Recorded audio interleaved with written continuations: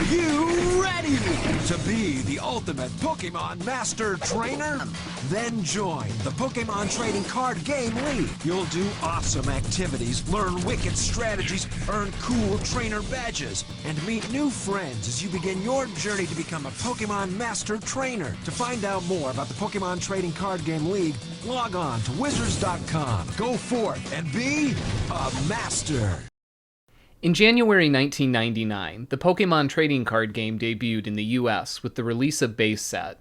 Stores couldn't keep the product on the shelves, as fans rushed to open packs and pull their favorite Pokemon.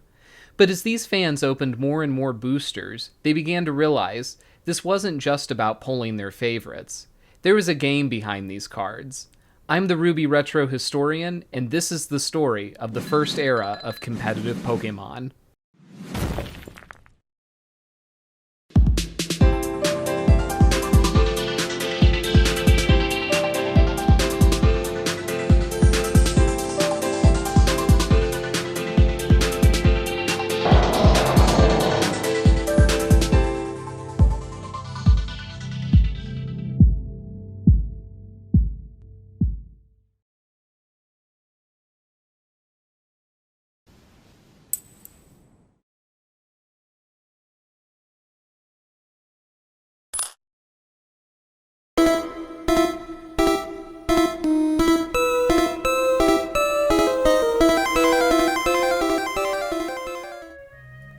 Simply named Base Set, Pokemon's first set contained 102 unique cards, featuring 69 Pokemon, 26 trainers, and 7 types of energy.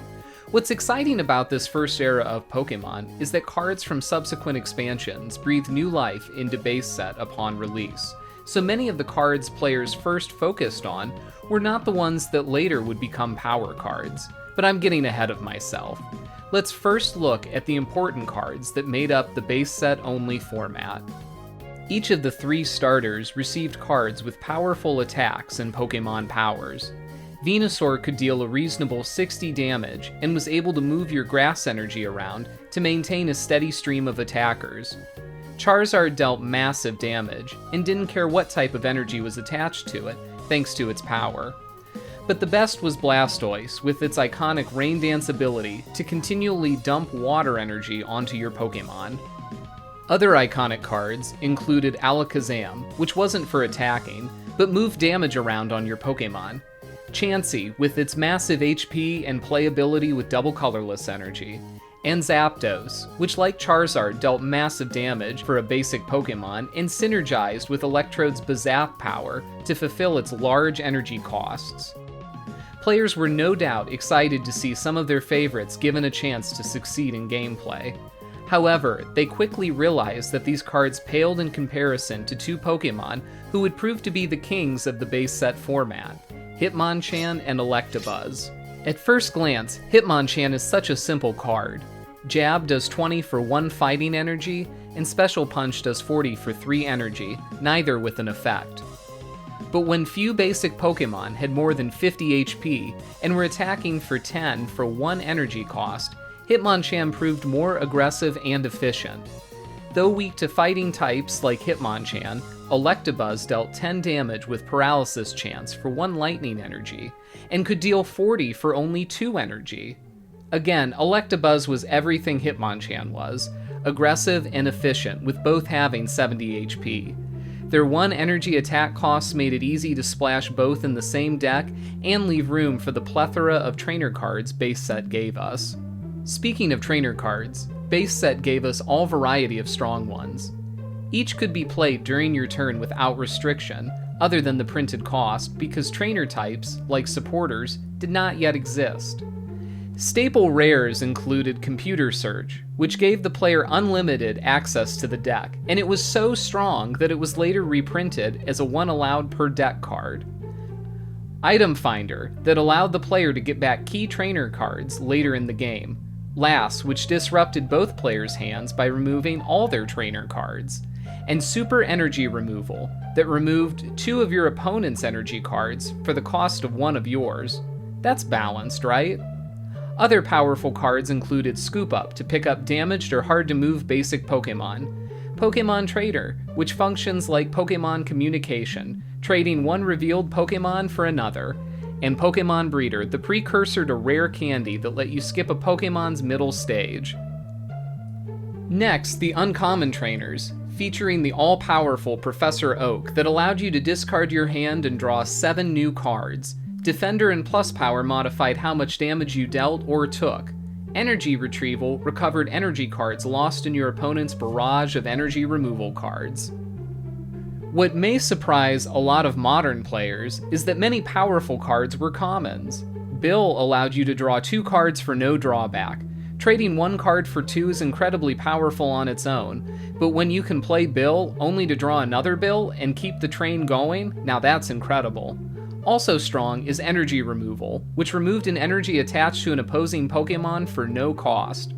When you consider during the game's history that people played the coin flip version of this card, you know this was too powerful. Continuing with the theme here, Gust of Wind was a no drawback means to attack weaker benched Pokemon that worked automatically, no flip required. Lastly, we have the most obvious effect in the set, Switch.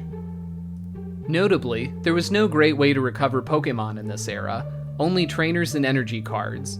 Though Revive could grab back Pokemon, it only targeted basics and cut their HP in half when revived. This simply was not worth the deck space. Back in these days, Dark, Steel, and Fairy, RIP, didn't exist yet, so the only basic energy cards players had to work with were Grass, Fire, Water, Lightning, Psychic, and Fighting. Rounding out base set was the classic double colorless energy card. The first decks contained a similar spread of powerful trainer cards combined with Pokemon like Electabuzz and Hitmonchan as their attackers. There is no doubt that players quickly realized that these were the best Pokemon to run, and results from the time indicate that. Now, I want to be very clear, these lists are anything but refined. Many decks ran over 20 energy cards. It's easy now to look back at modern decklist repositories like Jason Klasinski's blog or PTCG Archive, both linked in the description below, and laugh at how bad we were back then and how obvious good lists should have been. But you have to remember, this was early on in the game. Players only had cards for a matter of months. Most were playing with what they had cracked from packs. Limited game knowledge and supply of cards definitely showed these early months. But part of the fun of card game history is seeing lists as they were created and improved, and metagames as they developed, not our modern takes on them. With that in mind, let's take a look at some decks from the era and how they progressed. Early on, players were still experimenting with cards other than Hitmonchan and Electabuzz. A look at Killer Reports on Pojo from early 1999 indicates players were willing to try just about anything during the game's first months, even trying to make cards like Beedrill and Ninetales work. One of the earliest decks players caught on to was Rain Dance. William Hung, yes, the William Hung from American Idol, took home first place at an April 1999 tournament with his Rain Dance deck featuring Gyarados. A similar list took home another tournament around that time as well, and there are reports of Rain Dance decks popping up with Dugong in place of Gyarados because Seal had more HP than the lowly Magikarp. However, Dugong suffered from the same issue players would associate with Blastoise, a weakness to lightning, and you know what that means. Gyarados was actually the safer option, given its grass weakness. That is, if you could avoid losing turn 1 from a Carp start. Haymaker was the undisputed best deck.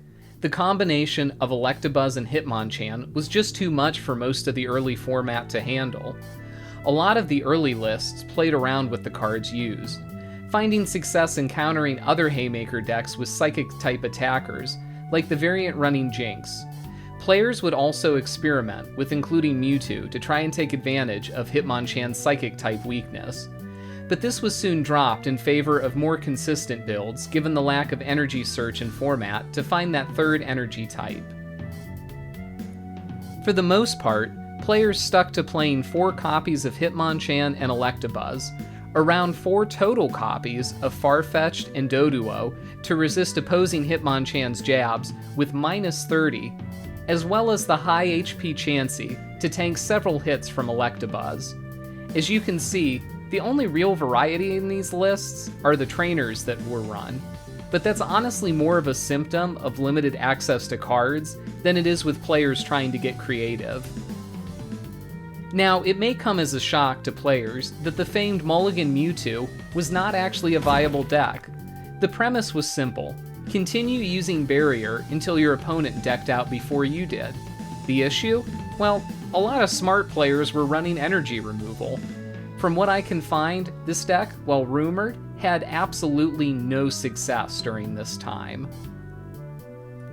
Outside of Rain Dance and Haymaker, a lot of the decks early players focused on just wouldn't have been viable had the tournament scene been more fleshed out.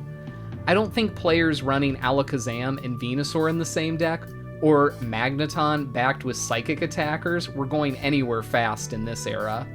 Again, a lot of this is just a result of the limited card supply and lack of a singles market at the time. That said, it's really exciting to see players, even from the game's earliest days, being so willing to push the boundaries of the meta and try whatever cards were in their binders. Thankfully, in revisiting this format, Jason Klaczynski has presented a few additional archetypes that, while not totally viable against Haymaker, are certainly better positioned than a Gyarados Ninetales deck, or whatever that conglomeration of cards was meant to do. The Zapdos focuses on loading the board with Electrode that KO themselves to attach as a special energy card to Zapdos that provides 2 of any energy type, hit opponents with Last to take away their removals, and mow down opposing low-damaging Pokemon. Alakazam Gyarados focuses on stalling the opponent out, moving damage around the board, and consistently healing with Pokemon Center. Alakazam Machamp does something similar, but focuses on dealing damage from time to time via Machamp's ability, so you can stall and ping them straight into submission. Unfortunately, all of these decks suffer from running a lot of low HP Pokemon, making them easy prey to Haymaker and its Quad Plus powers, so it makes sense that early players gravitated so heavily towards the Haymaker archetype. Hitmonchan and Electabuzz were meta-defining in the game's first few months, but that would all change in mid-June 1999 with the release of the first expansion set, Jungle.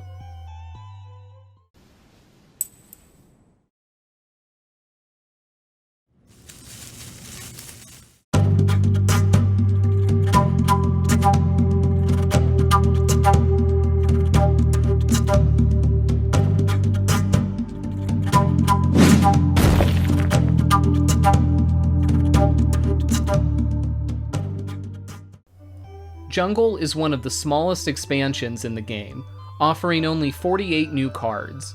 Wizards of the Coast, who distributed the set in the US, made all rare cards have non-holo alternate arts just to increase the set size to 64. What Jungle lacked in size, it made up for in its impact to the meta. No new energy cards debuted in the set, and the only trainer was the iconic Pokeball, so what made this set so important? Scyther. A 70 HP free retreater with an attack able to utilize any energy type, especially double colorless, was incredibly strong. But Scyther's biggest asset was its fighting resistance, allowing it to completely wall opposing Hitmonchans and slow the Haymaker onslaught. In the same vein, Mr. Mime also slowed the game down, forcing attackers to deal no more than 20 damage to it, or else deal no damage at all. While Meditate could take a bit to deal big damage, its invisible wall power ensured it would remain safe until then. Comboed with the previously useless Potion card, Mr. Mime could stay around for some time. And maybe even turn into Mr. Rhyme. Oh wait, wrong generation. Jungle was notable for completing some of the evolutionary lines missing from base set. For example, base set contained Ponyta, but no Rapidash. While not amazing, Ponyta and Rapidash gave players a Fire-type attacker to counter opposing Fire-weak Scythers for the cost of a mere double colorless energy. Jungle also contained the first Clefable card, breathing new life into Clefairy from base set. Using Metronome for 1 energy would prove incredibly strong against Pokemon requiring multiple energy to deal big damage. Kangaskhan gave Alakazam decks a big HP Pokemon other than Chansey to move damage to with Damage Swap, and Kang doubled as a great starter with its fetch attack to dig deeper into the deck. But these colorless Pokemon paled in comparison to the other meta-defining card from the set, Wigglytuff. Though weak to fighting, and a slower Stage 1 attacker, it featured easy-to-power-up attacks due to their colorless cost. Wigglytuff also reached damage numbers only previously achievable for big energy costs or on Stage 2s. Fill your bench and you're dealing 60 damage. Keep adding plus power, and the only Pokemon you can't KO are Charizard and Chansey. Interestingly, some of the best cards in the set were overlooked back in 1999. Jason Klasinski notes that players missed the potential of Dodrio to continue cycling between attackers, as well as Lickitung, one of the best Pokemon in these early sets. Though weak to fighting, its 90 HP demanded Haymaker find a plus power to deal the additional damage needed to take jab or special punch KOs. It also made for one of the best early ways to stall players to deck out with its tongue wrap attack.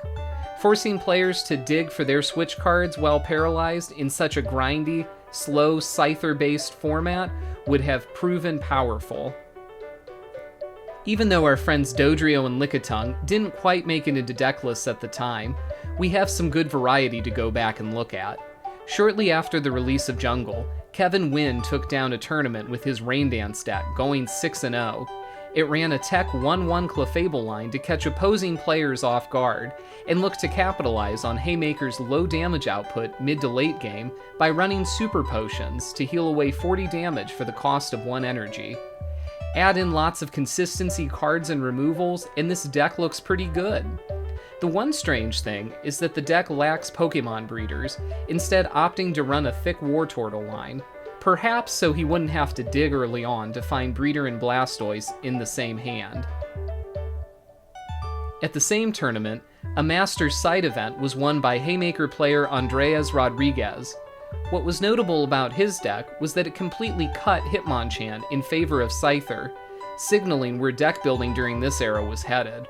While the many other choices in the list are a bit suspect, like running 24 energy, or still running Farfetch'd, it's clear Andreas read the room and knew Scyther was the best way to counter opposing Haymakers running Hitmonchan. A few weeks later, another Haymaker deck took home a local event, again opting to cut Hitmonchan entirely for Scyther.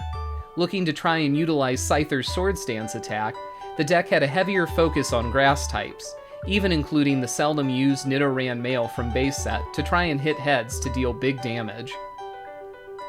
While Pokemon still didn't have an official tournament scene, Gen Con ran a rather large Pokemon tournament that year. Tyler Grunn took home both the Saturday and Sunday tournaments with a teched-out Haymaker list, running Jigglypuff to deal with Mr. Mime, yet running no Wigglytuff. He also leaned heavily on card advantage, running Kangaskhan as well as max counts of both removal cards.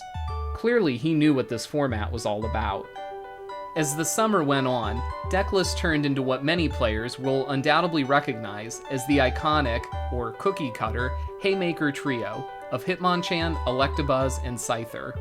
Results from events demonstrated that players recognized this offensive core as the keys to any viable deck. Instead of making separate decks around Clefable or Wigglytuff, they jammed them all in there with the rest of Haymaker, finally starting to cut energy cards down to around 20. Trainer lines were still dictated by what players had access to, hence the absence of heavier counts of computer search, item finder, and LAS. 2 non-cookie cutter versions of Haymaker involve switching out Electabuzz instead of Hitmonchan for Tauros to try and deal big damage with Rampage. The best speculation I have is that this player's meta was devoid of Hitmonchan, and he wanted to punish opposing Electabuzz poking his bull. Another Haymaker cut Electabuzz entirely, replacing the lightning energy with grass and adding 3 Ponyta with DCEs to try and score big damage on opposing Scythers. Talk about horsing around. Scott Gearhart, one of the great minds of this early era, dominated a room of almost 100 trainers with his Potpourri deck, which featured 3 energy types, almost unheard of at the time. His list is unique in that it was basically Haymaker, with an added trio of Mr. Mime to keep the pace of game slow and more easily handle attackers like Wigglytuff. He was definitely onto something with his meta-countering lists, capitalizing on the emerging cookie-cutter Haymaker lists. Using a similar list, Ryan Trong dominated his locals in September, placing in the top 2 every week that month. Potpourri was on the rise as a dominant force in local scenes, but with many players having limited cards and limited access to results in lists from elsewhere, they continued running what worked, Haymaker. One of the final lists from the base jungle era is an odd take on Haymaker called Tricolor that definitely is as anti-meta as it comes. Running Rattata to counter Mr. Mimes and attackers of all types but water, this player took down a 50-person tournament, preying on unsuspecting players by hitting for weaknesses against all major attackers. In his report, he writes Electabuzz dominated Blastoise, Rattata's resistance took out an Alakazam stall deck, and Magmar easily dealt with Scythers. While we can question some of the cards included, he definitely had a strategy in mind that he executed to a T. After a summer of Haymakers, many players were undoubtedly excited for the Fossil expansion, releasing in October of 1999.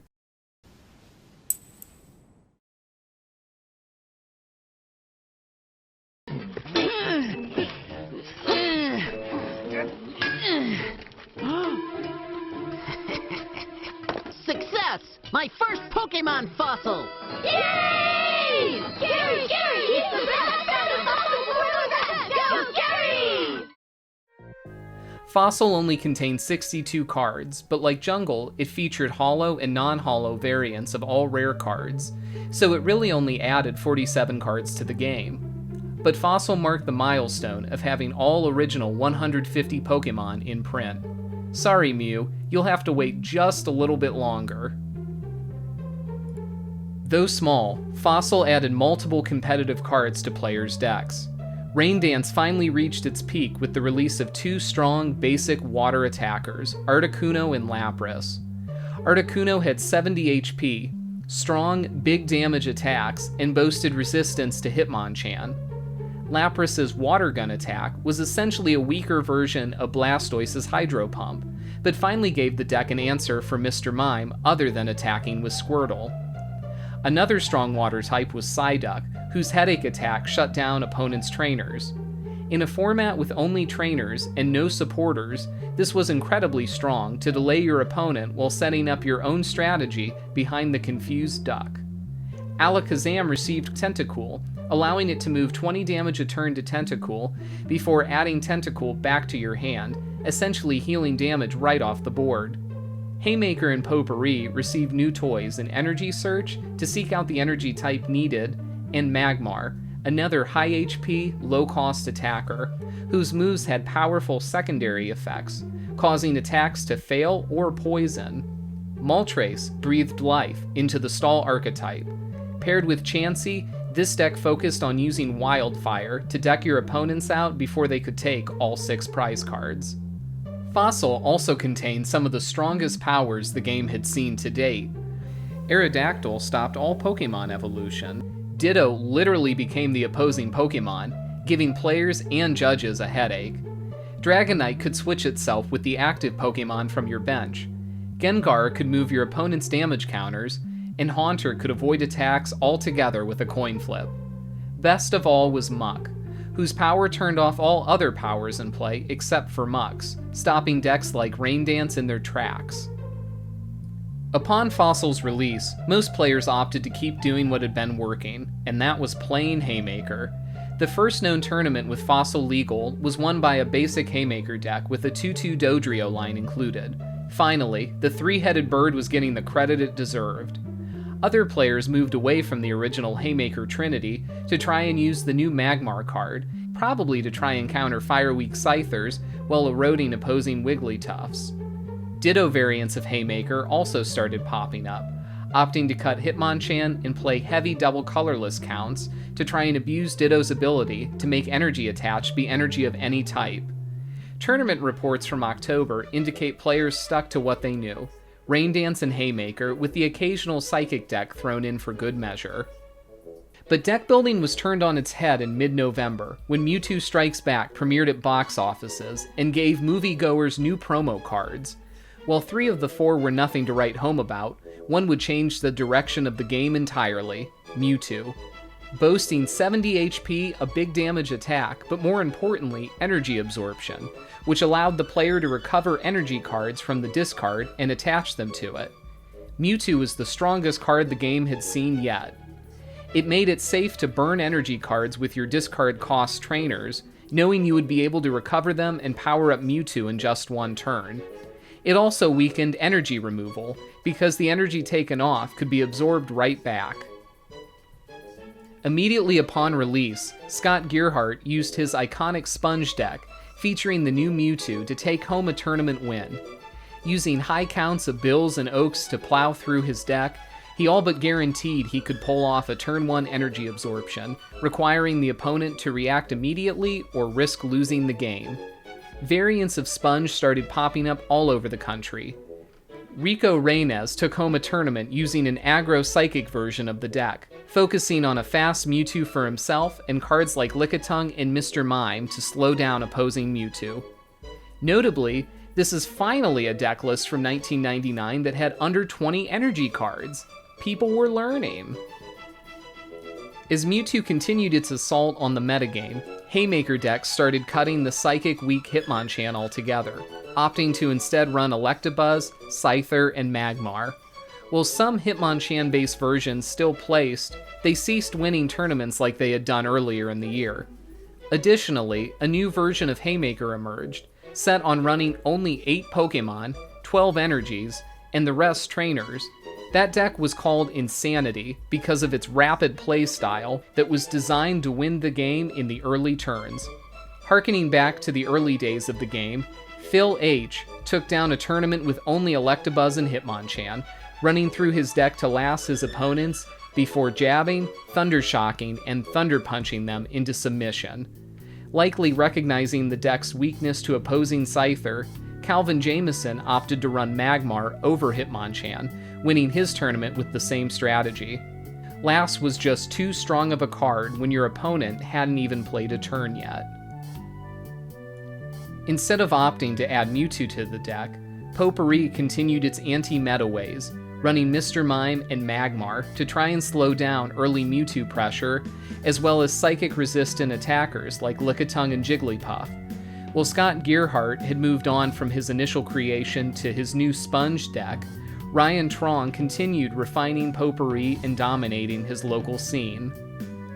Though diminished, Rain Dance was still a force in the meta, with Brady Watkins winning a tournament with the deck.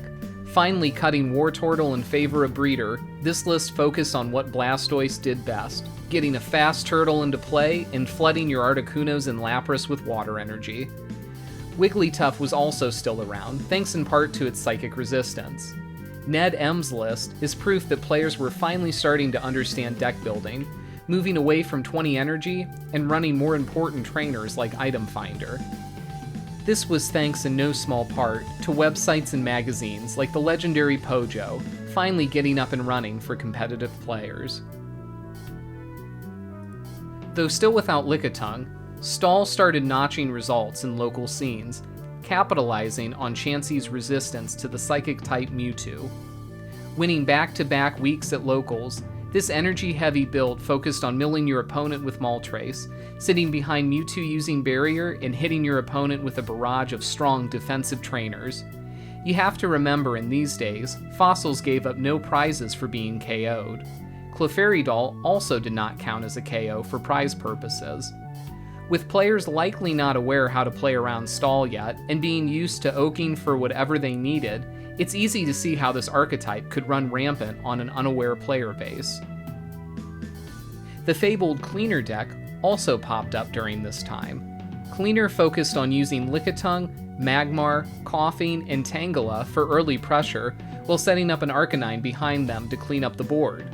The deck was not top tier, struggling with the presence of Gust of Wind and energy removals to slow it down, but it's easy to see how an unsuspecting player might overlook the Arcanine on the bench, focusing on the Koffing whittling away at its attackers until it was too late.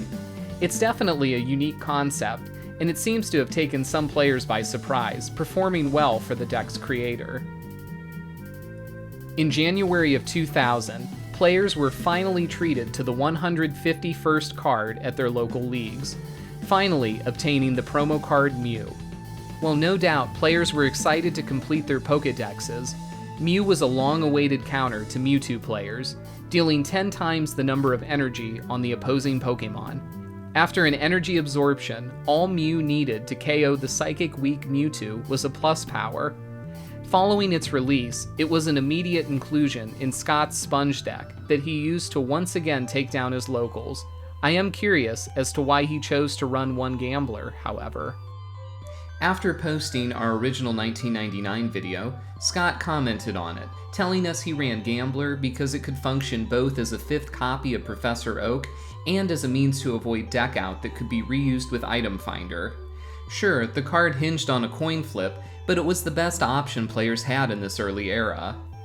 Players began transitioning away from potpourri decks that were popular earlier in the format, moving to sponge variants that capitalized on the new Mew card, with many running heavy counts of Ditto. Wigglytuff started creeping back into decks, making it into late-stage potpourri variants as well as Haymaker decks, and started to recapture some of its earlier success. Undoubtedly, players discovered that Ditto's ability to use DCEs as 2 psychic energy was the best way to counter sponge decks. This list was used in the last recorded tournament of the base fossil era to win the whole event. Focusing solely on fighting types to deal with Electabuzz and colorless attackers to beat back opposing Mewtwo, clearly this proved too much for his opponents to overcome. While this list is perhaps not viable given what we know now of the base fossil format, it's definitely one of the best I've seen while going through old tournament reports, so I have to give credit where credit's due. Up to this point, the only set to be released in 2000 was Base Set 2, a reprint of many of the original cards from Base Jungle. By April, players were clamoring for change, and with the arrival of April showers, so too blew the winds of change. A new expansion was on the horizon, and it would set the stage for one of the most degenerate formats the game would ever witness. The game was about to get disruptive.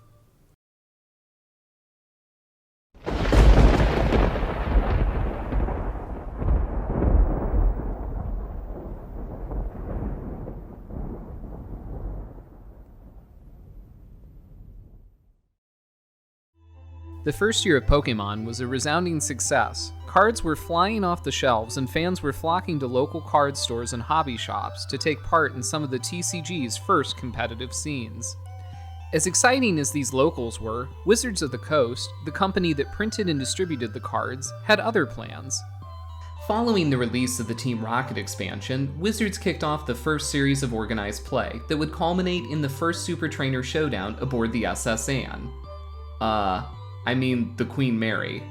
You may not have needed a ticket from Bill to get in, but you still needed to qualify. Join us as we journey back to the TCG's earliest days, a time before you could Twitch stream high-level gameplay from the comfort of your own home, a time without the sound of Puka and Krim's commentating filling your headphones, a time even before two-prizers. We're going back to the dawn of the millennium and the beginnings of Pokemon organized play.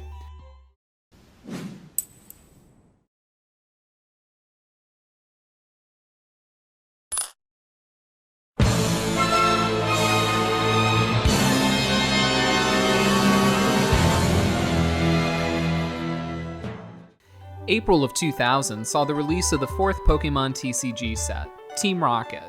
Containing 66 unique cards with holo and non-holo variants of all rares, except Dark Raichu, this set focused on the villains of the franchise and the Pokemon they used to fulfill their nefarious goals.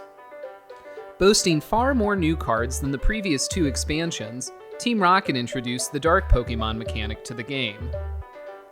Essentially, these Pokemon were stage 1s and 2s that, while functioning like any other evolved Pokemon, dealt more damage, but had less HP as a trade-off. That's pretty good game design, except when you consider that a lot of them, like Dark Flareon and Dark Jolteon, had the same HP as their lower stage Eevee. That's not exactly great when you have so many big HP basics running around. If you're going to the trouble of evolving your Pokemon, you'll want some sort of HP buff, and that was certainly lost here. Despite the overall lack of playability, there were some good Pokemon released, even if many were overlooked at the time. For the first time, Pokemon powers could inflict status conditions on active Pokemon, such as Dark Gloom confusing either player's active, or Drowsy putting them to sleep. The strong powers did not stop here. Rattata let you switch a card from the top of your deck with one of your face-down prize cards. Use it with Mankey from Jungle, and you have a pretty decent chance of stacking your prize cards in your favor. Best, or perhaps worst of all, was Dark Vileplume, which stopped both players from playing trainer cards. At the time of its release, players failed to appreciate just how oppressive this card was. Everything with that gray border and wood board heading was a trainer card. Supporters and stadiums were not their own distinct subtype of trainer yet. Though Dark Vileplume's hay fever affected both players equally, the players setting up Dark Vileplume could just blow through all their trainers and set up their hand and board for success before placing Dark Vileplume into play. Their opponent didn't have the same luxury. Get Dark Vileplume into play, and only Muck from Fossil could save your opponent's precious trainer cards. Where the Pokemon were lacking, the set made up for it in strong trainer and special energy cards. Here Comes Team Rocket was a unique card that flipped both players' prize cards face up. Comboing with the new Rattata, this could help players see both what they prized and what prizes their opponents were taking. The Boss's Way expanded on the ability of trainers to search the deck, allowing a player to search for a dark Pokemon without a cost. Challenge provided a way for Do the Wave players to easily fill their benches, and if their opponent declined the challenge, well, it was just another bill. Nightly Garbage Run finally provided a viable means of recovery for Pokemon cards, and a discard-free means to recover energy cards. As such, it replaced energy retrieval in most decks upon its release. This card would be playable in another, more power-crept era of the game in the form of Super Rod, so you know this 3-card recovery effect was good at the time. Team Rocket also provided Disruption Trainers, which were more powerful and one-sided than Lass. Goop Gas Attack functioned as a trainer version of Muck, shutting off all powers until the end of your opponent's next turn. Talk about leaving Rain Dance out in the cold. Interestingly enough, this card was mistranslated and thus misplayed. The original version of the card was intended to only shut off powers already in play. If you played down a new Pokemon with a power, it technically would work under Goop Gas Attack. But that's not how we play the card on TCG1, and it's certainly not how it was played at the time.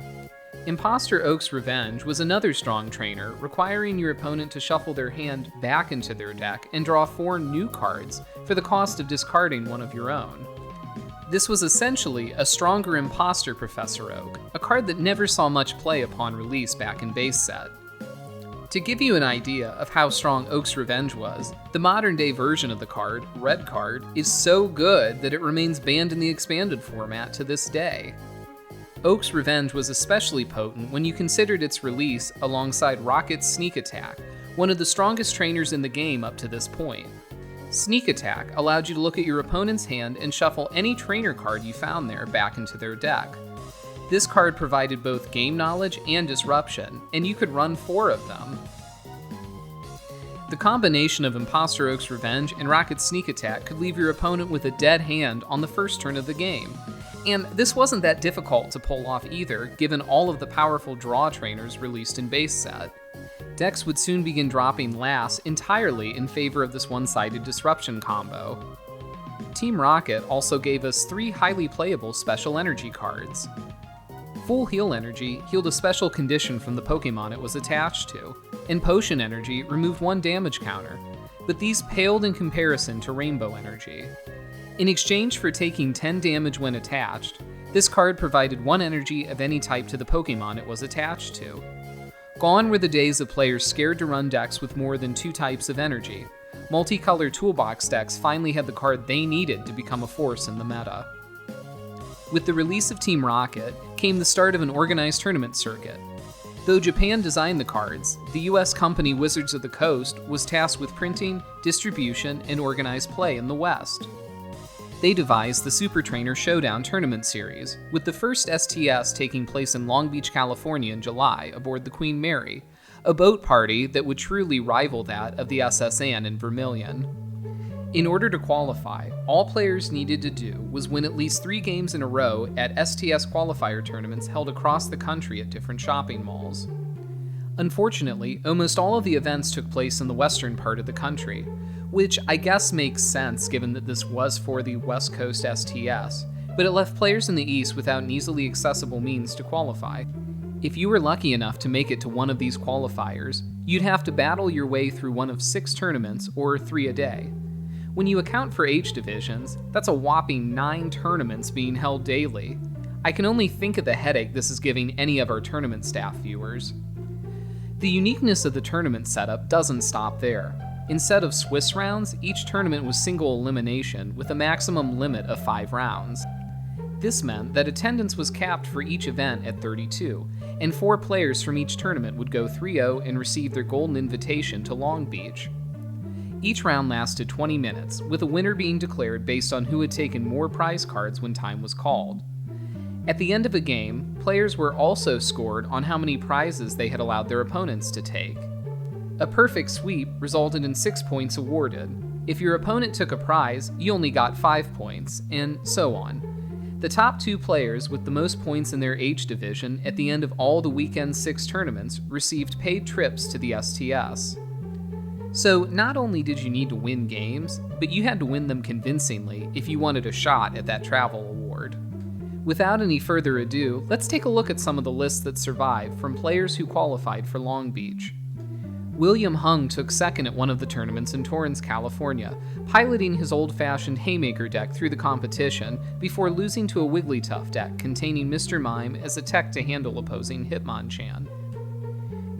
2 noteworthy things about his deck were the lack of rocket sneak attacks and his observation that he kept whiffing energy cards. I'd note he played 20, but we'll move on. The following weekend in San Jose, a few players got a bit more experimental. One took her Gengar Wigglytuff deck, narrowly missing qualifying for the STS during the first day of play. Finally, on the second day, she took down multiple Haymaker and Wigglytuff decks to secure her golden invitation. Arizona saw Chad Mills dominate his competitors with his take on Wigglytuff, recognizing the strength of hand disruption cards like Lass and Sneak Attack, as well as the power of the new special energy cards.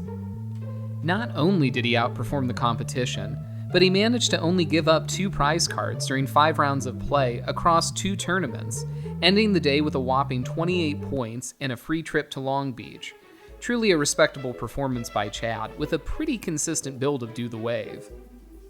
Wigglytuff was everywhere that weekend, not just in Chad's hands. Another player went 4-0 with a Hitmonchan variant of Wigglytuff, looking to add consistent draw by including the new Team Rocket card Challenge over other hand disruption cards. While he didn't have as strong of a performance as Chad, this list speaks to the diversity within meta archetypes at the time. That same weekend, another creative player brought a deck filled with new Team Rocket cards, recognizing the strength of Dark Vileplume and the polarizing effect it could have on gameplay. Unfortunately, he never made it past the first round, which is too bad because I do respect his creativity. Rounding out the qualifiers we have information on, we head to Texas.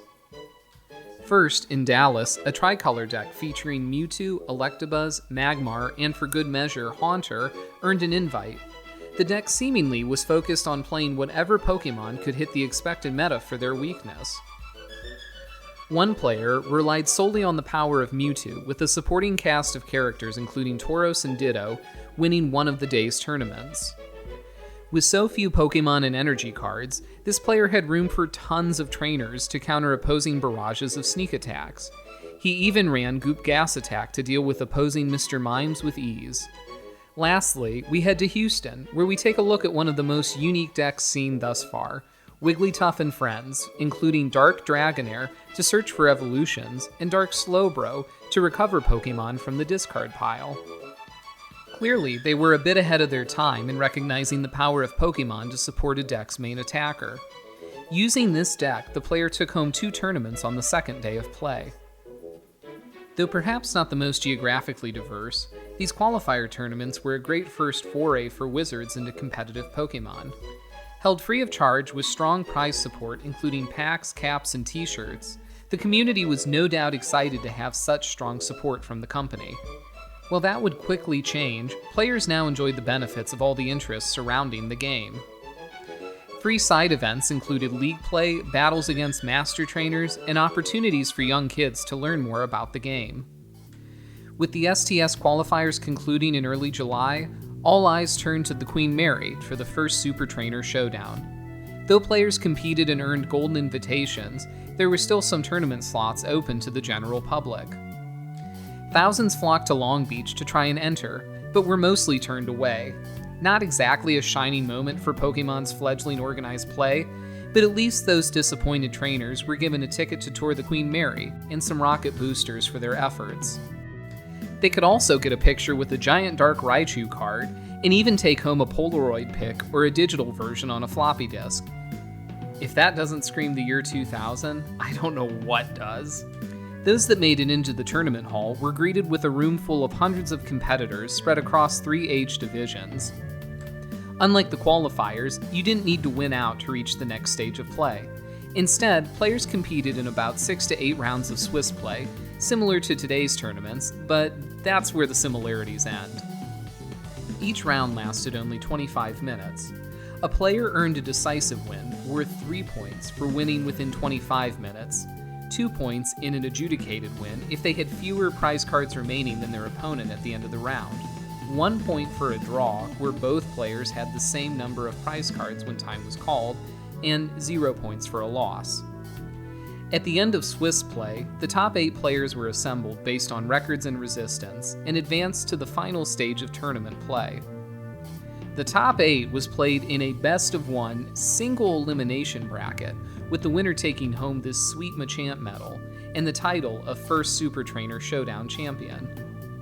The metagame in each age division consisted of Haymaker, Sponge, Rain Dance, and Do the Wave. When the smoke cleared and the top 8 emerged, many players may have been shocked that no Rain Dance deck placed in the top 8 outside of the 10 and under division. One thing was clear, however, players were finally realizing the strength of Rocket's sneak attack. Several of the top 8 lists ran 3 copies, with many maxing out at 4. No wonder setup decks like Rain Dance struggled. Here's a look at the bracket for the 10 and under division. It's pretty much what you'd expect, other than the Haymaker deck teching Articuno. Of interest here is Ken Knight's Clefable list. While many acknowledged the strength of Metronome, players were fearful to run Clefable given the frail Clefairy and the ease Hitmonchan had in KOing it. Backed by plenty of strong Haymaker partners, clearly Clefairy's shortcomings weren't an issue. Actually, the only loss on the day the ultimate winner of the event had was to this Clefable deck. Speaking of the division champion, let's take a look at Joseph Viray's winning Rain Dance list. This list went for maximum consistency, opting for the highest counts of Bill, Oak, and Computer Search, all while running Pokemon Trader to shuffle Blastoise back into the deck and avoid oaking it away. Of note is Defender, likely to tank hits on Squirtle's early game from the slew of strong basics in this format, and that Joseph opted to run the maximum 4 Rocket sneak attack. He clearly wanted to fly through his deck and deprive his opponents of any options to stall out his strategy. Additionally, his tournament report noted the important advantage sneak attack gave him, seeing what his opponent's options were for the next turn and removing those he was most concerned about. Youngster Joey clearly appreciated the power of the sneak. In the end, it wouldn't matter. The finals consisted of his opponent opening a lone Magmar in a dead hand, allowing Joseph to quickly power up an Articuno and attach a plus power before announcing freeze drive for game. Best of 1 at its finest. Turning next to the 11 to 14 age division, it's clear that powerful basics dominated this era of the game. Sure, Wigglytuff had placings, but in each list it was backed by many of the same basic Pokemon players had come to utilize.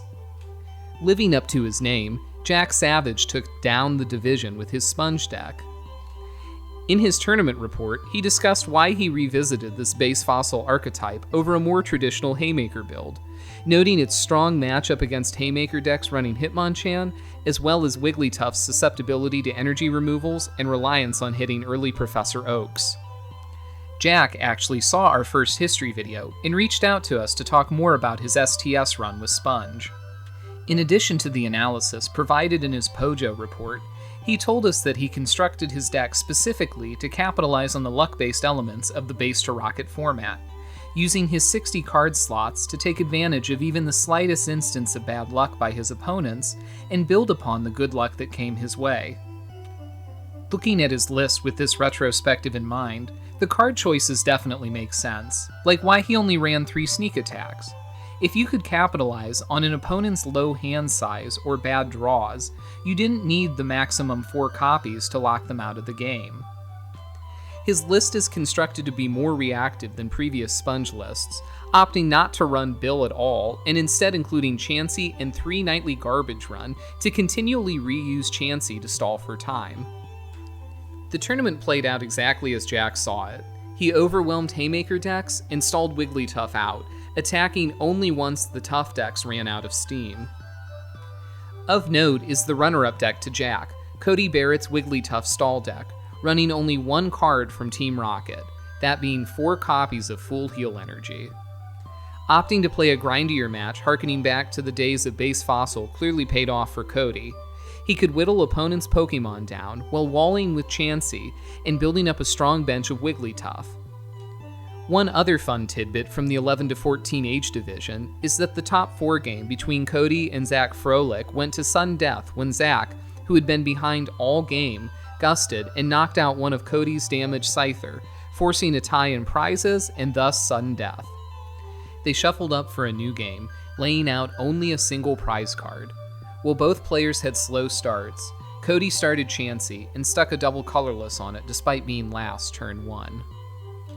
An unfortunate Tails flip from Zach on Electabuzz's Thundershock attack, and an immediate DCE top deck from Cody sealed the match with a double-edge attack. A much better game for Zach was his top 8 match, where he won the game in about 5 minutes, flying through his deck to ensure he never allowed Matt Townsend to establish a fully powered Wigglytuff. Finally, the 15 and up age division was evenly split between Wigglytuff and Haymaker-style decks. In fact, the list suggests that there was still a bit of an ongoing struggle within deck building in the game over whether choosing trainers that provided options to grind out wins were more important than taking an aggressive approach of draw and disruption to try and quickly overwhelm opponents. While the other divisions suggested the latter, Andrew Marshall's Haymaker build certainly favored the grind, running Lickitung to stall, strong draw, and several 1 and 2 counts of cards to maximize his options. Andrew was certainly prepared for anything. And that included William Liu's Wigglytuff deck that was basically a more refined list from the Base to Fossil days.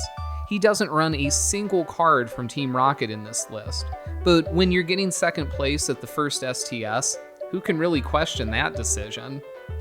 Other interesting decks from the top 8 include Darren Giao, who ran a Haymaker variant focused around Hitmonchan and Magmar. I say it's notable because of the strong stall focus of the deck, running 4 Smokescreen Magmar to control the game's tempo, as well as 3 Chansey, 4 Scoop Ups, and almost max counts of the energy removal cards. Darren saw grinding as the way to take games, and these cards, along with the options provided by running 2 Ditto and 2 double colorless energy, certainly prove it. The other interesting deck is Jared Stein's take on Wigglytuff, running Fossil Ghastly over Scyther to take advantage of Ghastly's energy conversion attack to retrieve valuable double colorless energies from the discard pile. This comboed well with running 4 Scoop Ups, so picking up damaged Wigglytuffs wasn't as painful, preserving Jigglypuff and taking easy prizes off the board. This might also explain why he opted to run 2 nightly garbage runs in his list. Also notable is the inclusion of the new Rainbow energy for his multicolored attackers, as well as Goop Gas attack to deal with Rain Dance builds. Unfortunately, Jared lost to Chris Nethery's Magmar Haymaker deck following an aggressive start from Chris. At one point, Chris actually played last when Jared had no cards in his hand, just to refill his own deck and avoid losing from deck out. Now that's playing to your outs. Despite the fun weekend and bestowing of medals on the first STS champions, Wizards was worried about the direction of the game. Outside of Blastoise and Wigglytuff, the game seemed to be almost entirely dominated by basic Pokemon backed by dozens of powerful trainer cards. In fact, one Pokeparent noted in her tournament report that the metagame was boring and older players were growing tired of running decks that contained 30 or more trainer cards.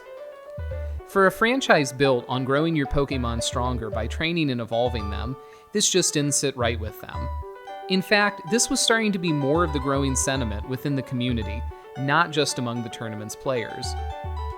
Pokemon was a fun game, but when you're getting hit by a barrage of sneak attacks to the point you can't even play the game, well, where's the joy in that?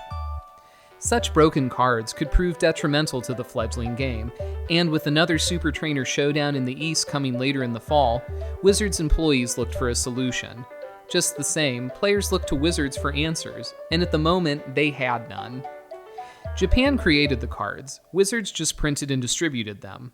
Japan consistently refused Wizards' requests to consider banning or restricting cards like Magic the Gathering did.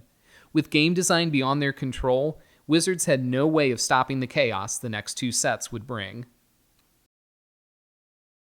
Hey, Aaron, put a Chaos Gem in here. I don't care how. I just want that card. Thanks.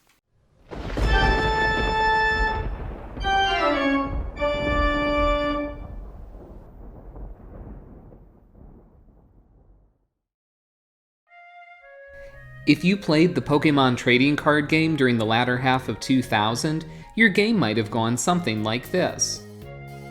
Man, this opening hand is insane.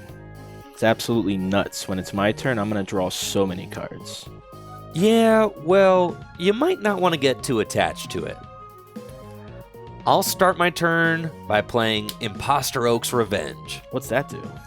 I have to discard a card from my hand, then you shuffle your hand into your deck and draw 4 cards.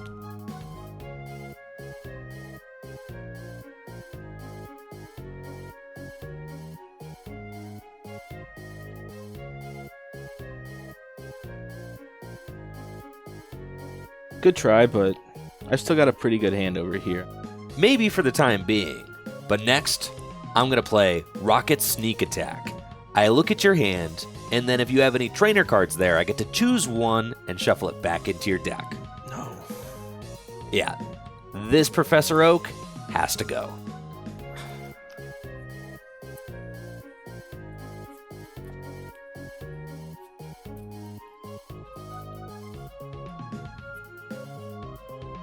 It's no worry. I still have computer search. I can just search the oak back. And for my final move, I'll play the Rocket's Trap. I flip a coin, and if heads, I choose up to 3 cards at random from your hand and shuffle them back into your deck. Oh yeah, back to the deck. Fine.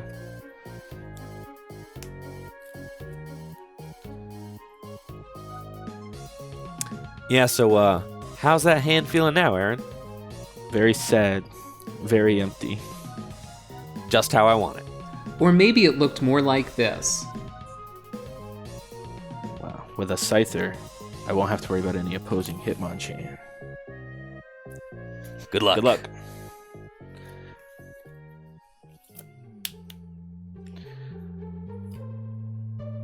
I'll draw for turn. Yes, my plan is coming together. I'll bench Erica's Jigglypuff and attach double colorless energy to it. Retreat my Rattata. Play 2 plus power from my hand. And then Professor Oak to discard my hand and draw 7 cards.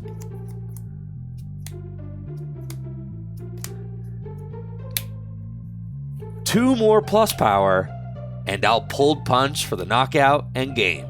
No. You thought you were safe. If these scenes looked pretty chaotic and nothing like the early days of Pokemon we talked about in previous episodes, you'd be right. Sure, games in 1999 could be decided early on, but the first sets of Pokemon set up grindy game states focused on resource management and keeping track of both players' cards remaining. Where did the game go so horribly wrong? Following the first Super Trainer Showdown, Wizards of the Coast announced plans for a second tournament, this time on the East Coast. Taking place a few months after the California tournament, this STS would see the inclusion of 2 new expansions.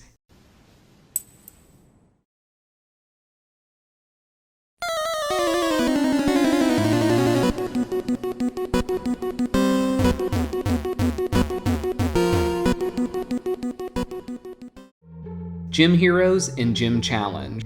These sets introduce players to the iconic Owner's Pokemon mechanic, where each Pokemon in the set was owned by one of Kanto's 8 gym leaders or a Team Rocket grunt. Different from other versions of themselves, these Pokemon could only evolve into other Pokemon owned by that trainer. So a base set Charmander could not evolve into a Blaine's Charmeleon, and a Blaine's Charmander into base set Charmeleon, and so on. You get the picture. The Gym series also introduced players to the first new type of trainer card, Stadiums. Based on the concept of a Pokemon arena or gym, these trainer cards were placed in the center of play and remained in play until another stadium was played, whether by you or by your opponent. Players today are certainly well versed in this concept. What might come as a surprise to them is that you used to be able to play as many stadium cards as you wanted in a single turn, even if you were replacing the current stadium card with another of the same name. With cards like Imposter Oak's Revenge in the mix, this certainly gave players a deck thinning option besides strategic discarding with computer searches or item finders. Lastly, the gym sets provided the game with the first evidence of Pokemon tool cards. Though not officially classified as that, cards like Brock's Protection and Sabrina's ESP attached themselves to Pokemon and provided an effect beyond their activation from a player's hand. Unfortunately, these new mechanics did not drastically alter play, and the card pool, which was now sitting at over 500 unique cards, was vastly underutilized. This is due to the cards the Gym series added, which further encouraged the degenerate nature of big basic and do the wave strategies. Each set only added a handful of playable cards, but these few were almost exclusively responsible for decimating the game players became accustomed to during 1999. Gym Heroes was released in mid-August of 2000, featuring the canonical first 4 Kanto gym leaders, Brock, Misty, Lieutenant Surge, and Erica. Unfortunately, practically none of the Pokemon released were remotely impactful at the time. The only ones worth mentioning are those which further fueled big basic archetypes. Rocket's Hitmonchan was a solid addition to the Haymaker deck, providing a stronger 3 energy attack than Hitmonchan's Special Punch, as well as a reactive attack and cross counter.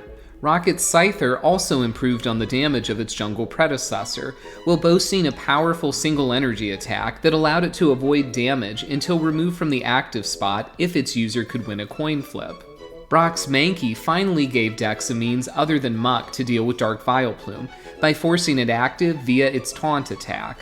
Brock's Rhyhorn provided the emerging Stall archetype another way to force your opponent's active to switch for the cost of a mere double colorless energy.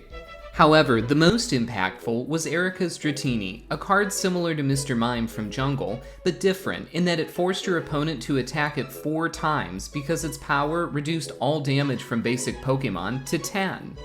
Opening the game with this card definitely helped to extend the match past the early turns.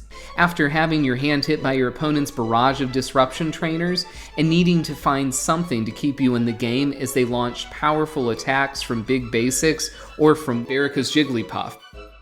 Speaking of trainer cards, this set is where things started going completely off the rails. Remember the disruption of Imposter Oak's Revenge and Rocket's Sneak Attack? Well, rounding out the era's disruption cards was the Rocket's Trap. Flip a coin. Oh, you got heads? Great. Shuffle 3 cards from your opponent's hand into their deck. Remember, we didn't have supporter cards yet, so you could play up to 4 copies of this card in a single turn. Revenge your opponent's hand down to 4, then hit them with one of these bad boys, and their hand is completely crippled. Make it 2? Well, Good luck top decking out of that hand block. Not even computer search can save you when you have no other cards in hand to fulfill its discard cost. With only Bill and Oak to work with for draw power, surely this disruptive combo was difficult to pull off, right?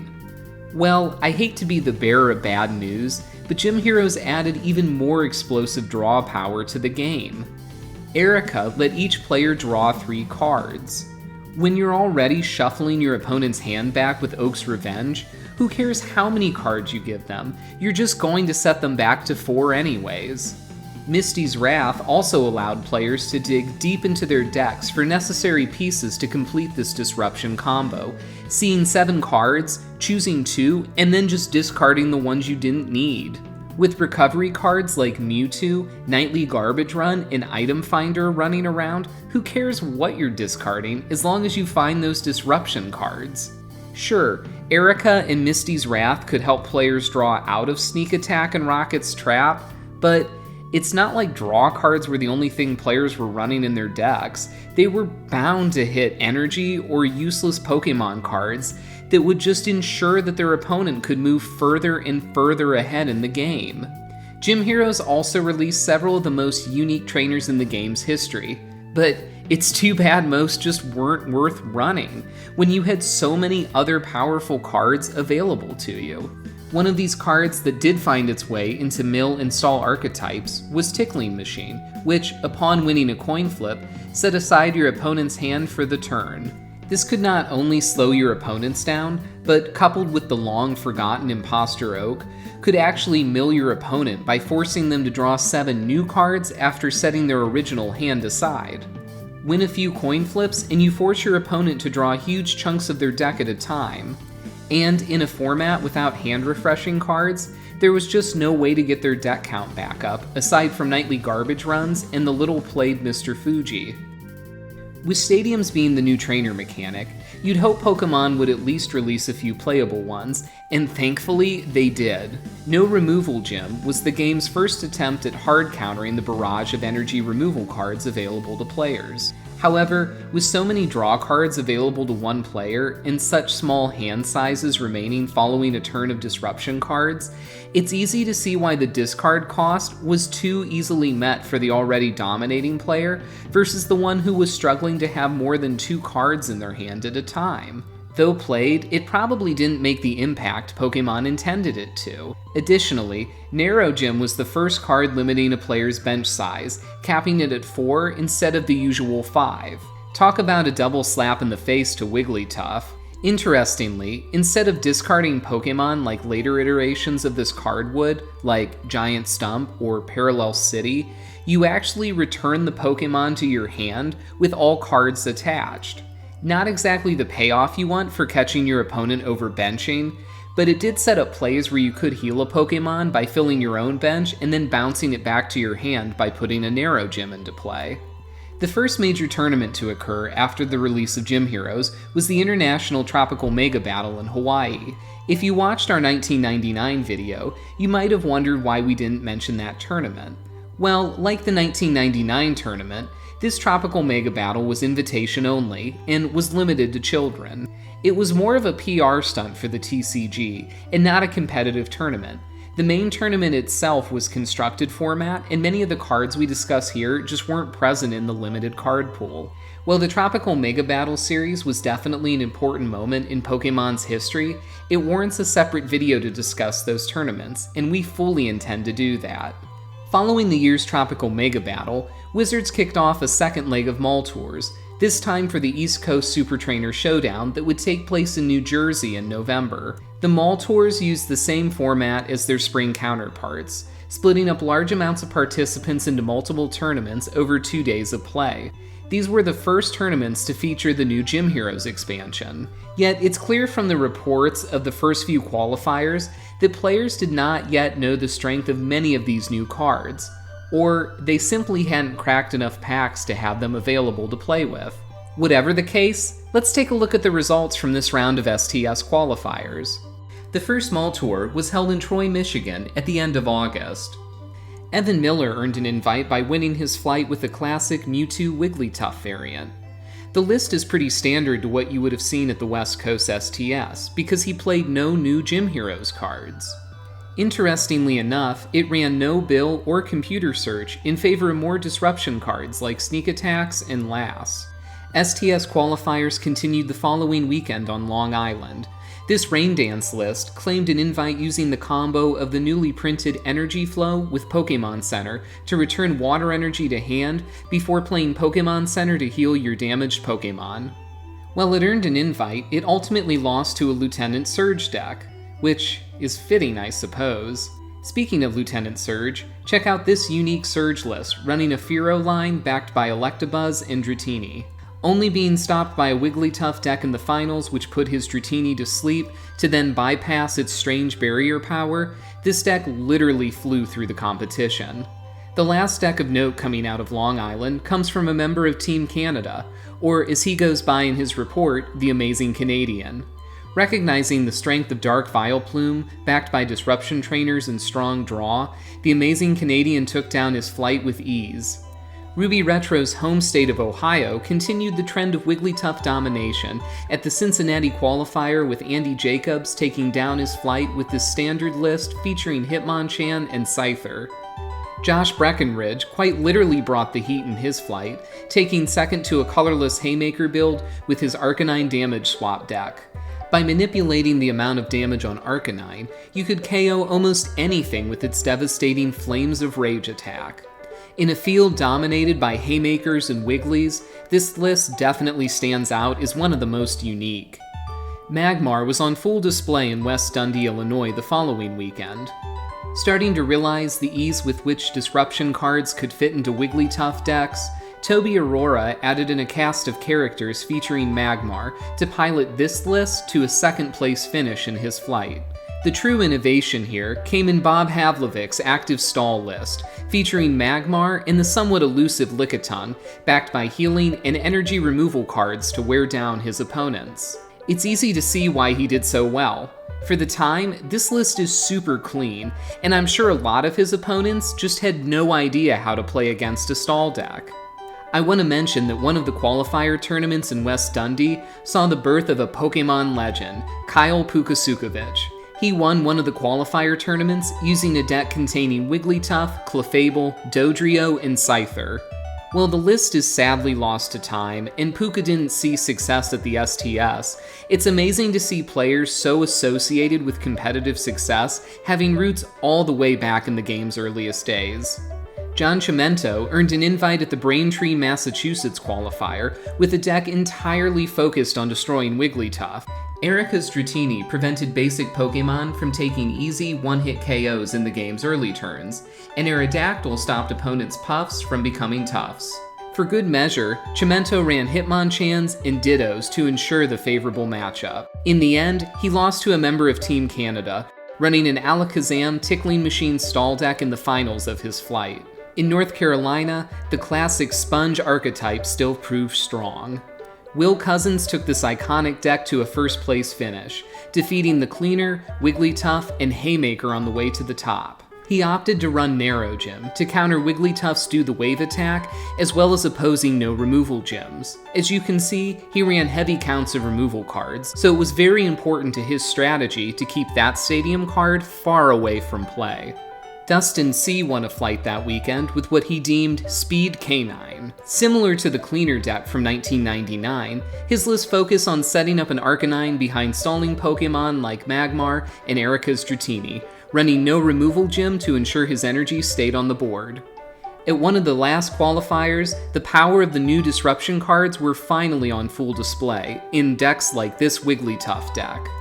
Deemed a Trapper deck, this variant of Do the Wave maxed out on all of the Rocket disruption cards, seeking to run through their deck on the first turn to ensure their opponent had no hand to work with. Trapper would become one of the most feared meta decks, and it would only get stronger with cards from the newly released Gym Challenge. Released in October, just before the East Coast STS, and right after the conclusion of the qualifiers, Gym Challenge continued the game's descent into chaos. And speaking of chaos, this set gave us Chaos Gym, one of the craziest cards that's probably ever been printed. There's a lot of text on the card, but basically it boils down to when someone plays a trainer that's not a stadium card, flip a coin. If tails, your opponent gets to use the trainer card instead. Okay, so that's not too bad, until you realize that your opponent could just run through their entire deck, disrupt your hand, slap down Chaos Gem, and essentially give you no way of drawing out of the Rocket handlock other than flipping heads. Gym Challenge also added one other card that basically destroyed any chance of your opponent getting to take a turn, Erica's Jigglypuff. This little pink puffball seems innocent enough, but it comes with an attack that for the cost of 1 double colorless energy can smack your opponent for 40 damage. With plus powers, you can hit 80 damage on the first turn, KOing almost every major Pokemon in the game. The plethora of draw cards made it incredibly easy to dig through your deck to make this turn 1 win a reality. This card forced players to not only play more Pokemon to avoid single Pokemon starts, but also higher HP ones in an attempt to not immediately lose to Jigglypuff. The fact that you could pull this turn 1 win off with cards everyone already ran, like double colorless and plus power, made Jigglypuff an immediate inclusion in most decks. Thankfully, Gym Challenge gave us a few other cards that didn't completely destroy the game. Here to talk about one of those cards is a very special guest, and I'm going to hand it over to him for this next one.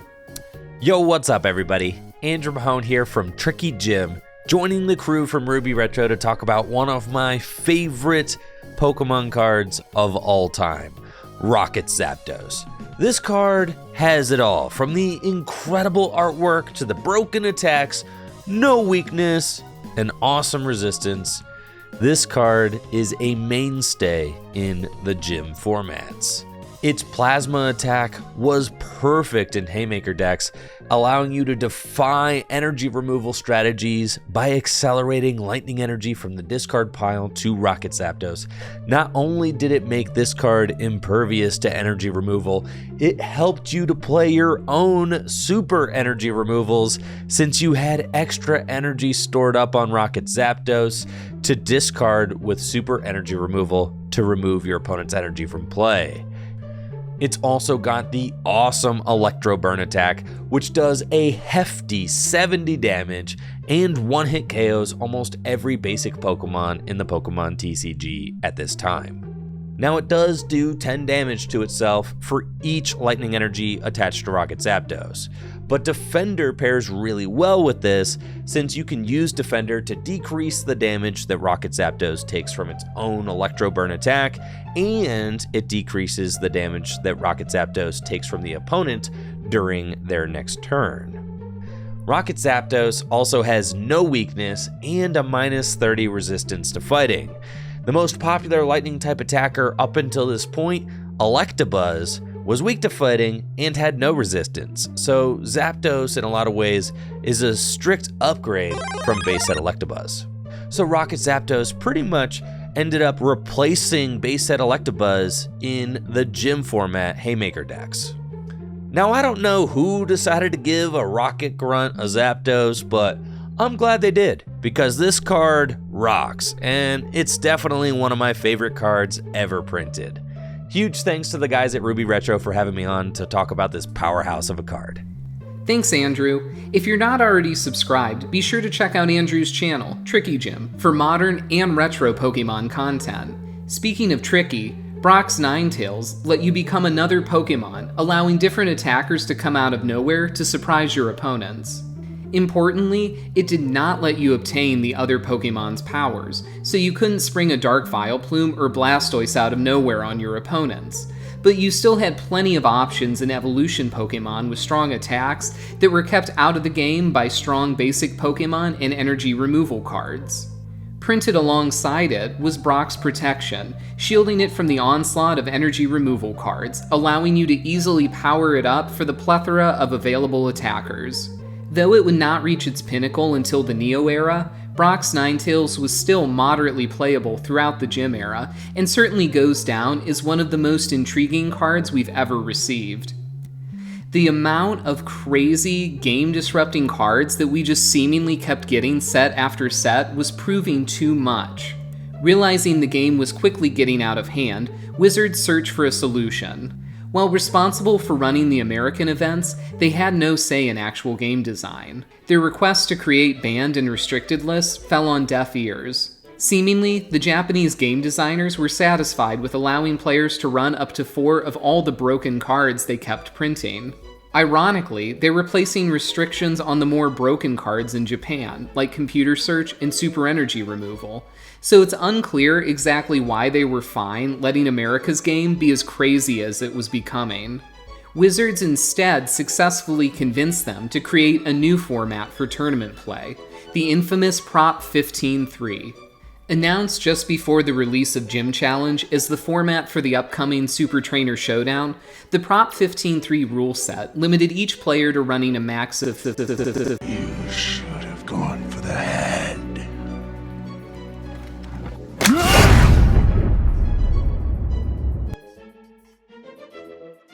a max of 3 cards instead of the original 4 in their decks, outside of basic energies, of course. Most importantly, the rules limited the amount of trainer cards a player could run to 15, ensuring that only the most important trainers, like Professor Oak and Computer Search, would see play, while disruption cards and other quote-unquote weaker trainers would not. I can only imagine how fun deck checks were for this Super Trainer Showdown, and how many times judges had to count to 15. Despite the announcement, Prop 15-3 would not be a format for any tournaments leading up to the STS. Here are a few lists from local events where we can see the power of Gym Challenge on full display. Just look at this Rocket Zapdos list, deemed Zappy Trappy, which ran low counts of Pokemon, instead relying on heavy counts of strong trainers to outrun opponents. It also took full advantage of Erica's Jigglypuff by running max counts of plus power and powerful draw cards like Bill and Oak. Looking to counter polarizing trapper decks like these, John Chimento played this arithmetic variant of Rocket Zapdos locally to much success by running heavy counts of removal cards and the high HP Chansey. Seeing lists like this makes me really glad that Wizards opted for Prop 15-3 for its STS. Unfortunately, the over 700 players who participated in the East Coast tournament don't share my thoughts on the format. While they constructed and tested decks for the event, the limitations imposed on trainers really just didn't solve a lot of the game's issues. As we'll soon see when we take a look at the STS results, the same strong Pokemon still found themselves in players' decks. While there were some creative deck choices that we'll be sure to look at, most players fell back on what had always done well, and the results really reflect that. Rain Dance continued to do well in the younger age group. First place was Jonathan Brooks, a name we'll get used to seeing quite a lot of in these videos. In the early days of Pokemon, Jonathan made quite the splash at events, and I don't mean that as a Rain Dance pun. He's just someone who had great success in the early years of the game. Jonathan used his 15 trainer slots to focus solely on consistently setting up a quick Blastoise. According to Pojo, he double-oaked his way through his deck to achieve victory over Jerome Schoss's Haymaker deck. It's incredible to me that instead of opting to play Wartortle, he just made half of his deck energy cards. Rain Dance claimed another top 4 spot with another draw and energy-heavy list.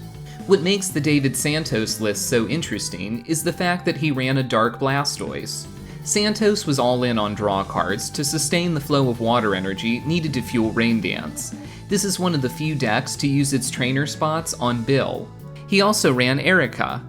Giving your opponent extra cards in a format where finding an Oak can prove difficult doesn't seem like the right play to me, but I don't have a top 4 finish at an STS, so what do I know?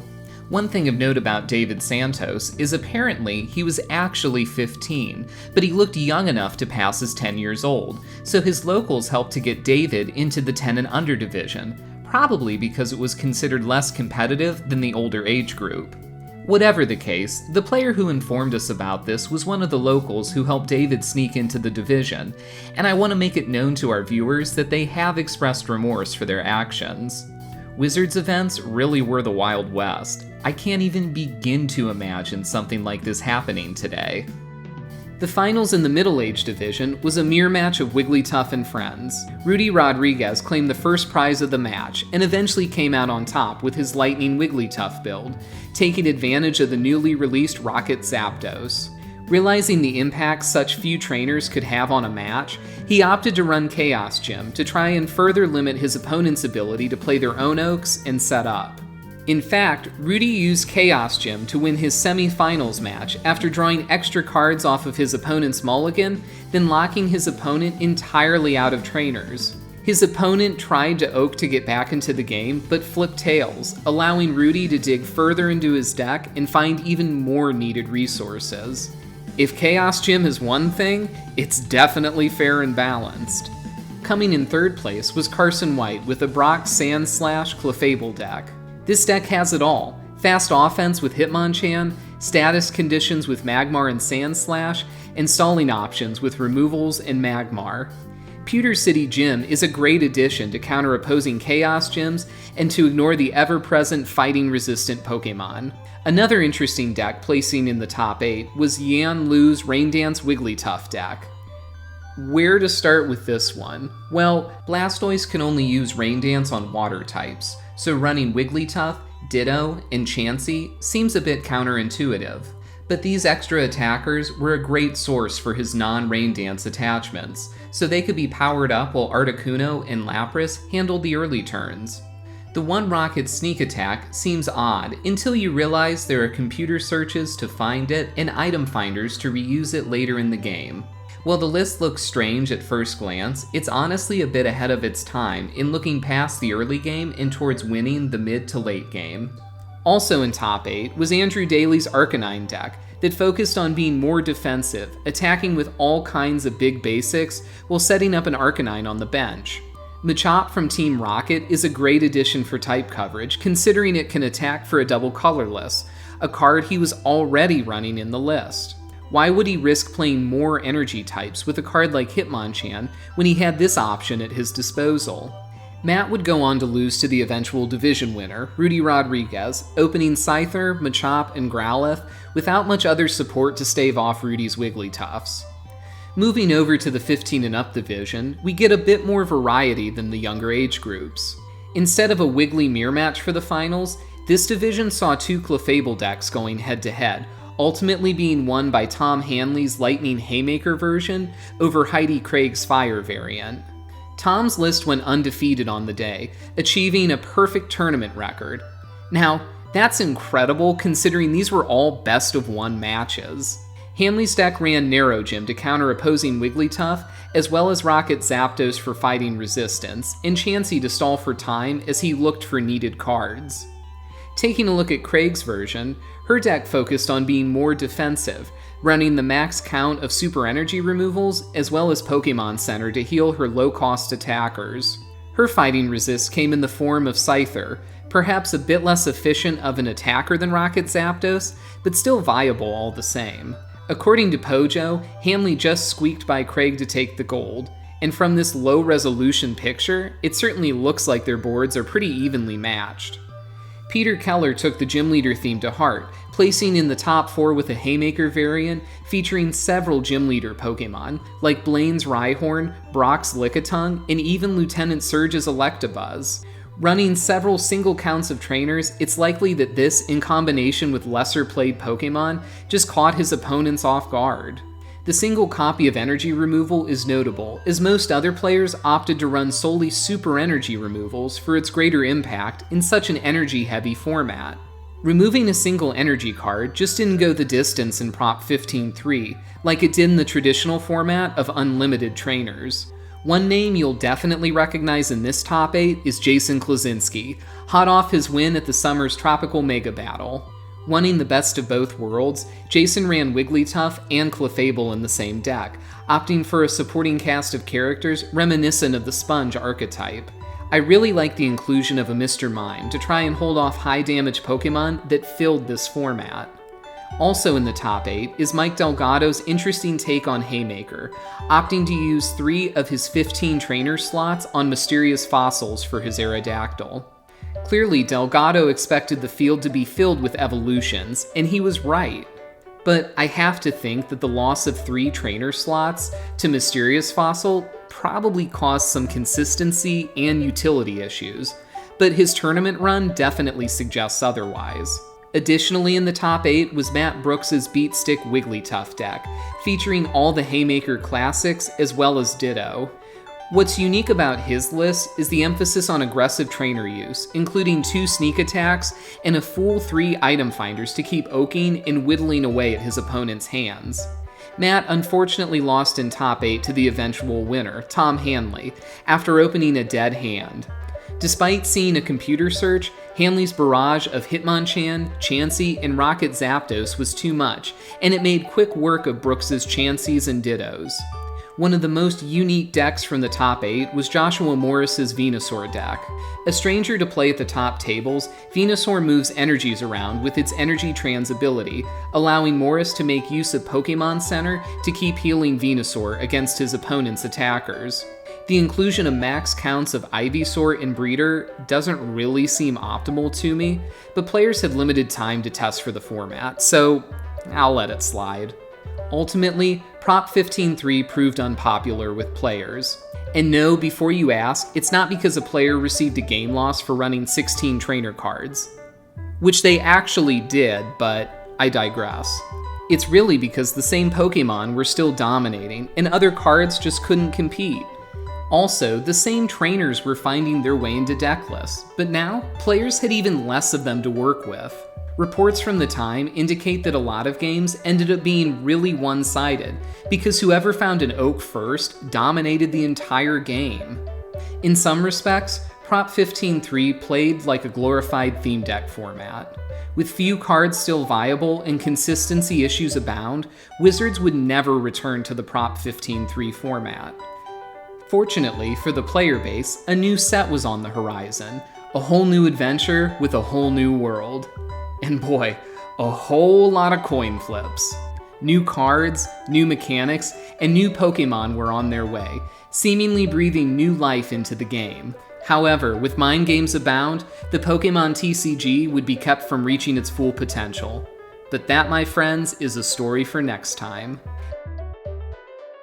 If you're enjoying learning about the game's history and hearing analysis of how the metagame evolved by examining players' actual lists from the time, consider liking and subscribing so we know to keep making this kind of content. You can also support us on Patreon, where for just a few dollars a month, you can get sneak peeks of new releases and even see those new releases early. We also have a Discord that we'd love to see you join. There is so much more history of the game to present, and we're hoping to bring it all to you. We have plenty of ideas for side videos and are looking forward to finishing the Pokemon Origins series about the early years of the game in Japan. This is the Ruby Retro Historian, closing the books on Generation 1 of the Pokemon TCG.